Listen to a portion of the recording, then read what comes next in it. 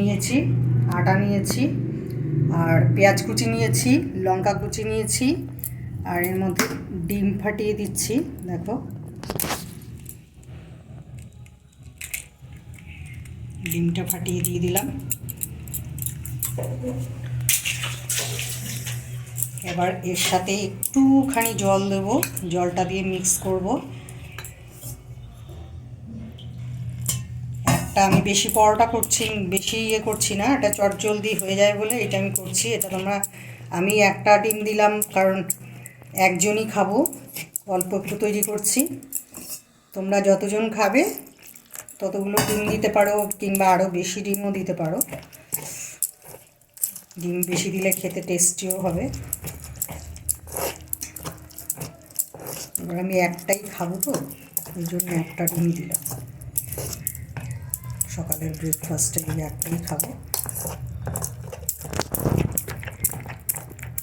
এবার তাওয়াতে তেল ঢেলে দিয়েছি।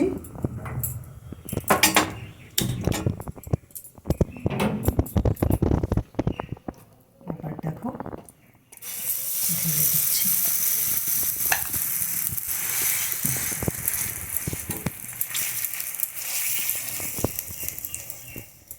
এটা খেতেও খুব টেস্টি লাগে আর খুব তাড়াতাড়ি হয়ে যায় রান্নাটা।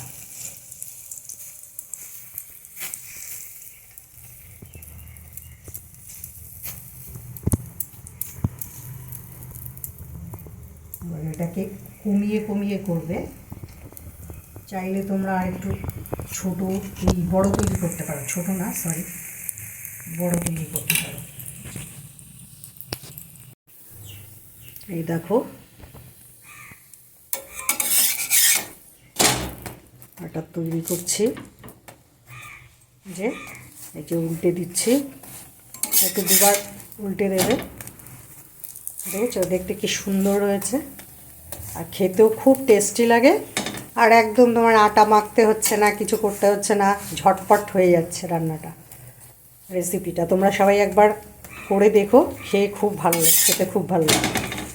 এই দেখো, দেখেছো কি সুন্দর লাগছে দেখতে। তাকে অফ করে দিলাম। এই যে আমার রেসিপি রেডি। এই যে পরোটাটা এটার মধ্যে লেগে গেছে। এই যে পাশে সস নিয়েছি, তোমরা সস দিয়ে খেতে খুব ভালো লাগবে।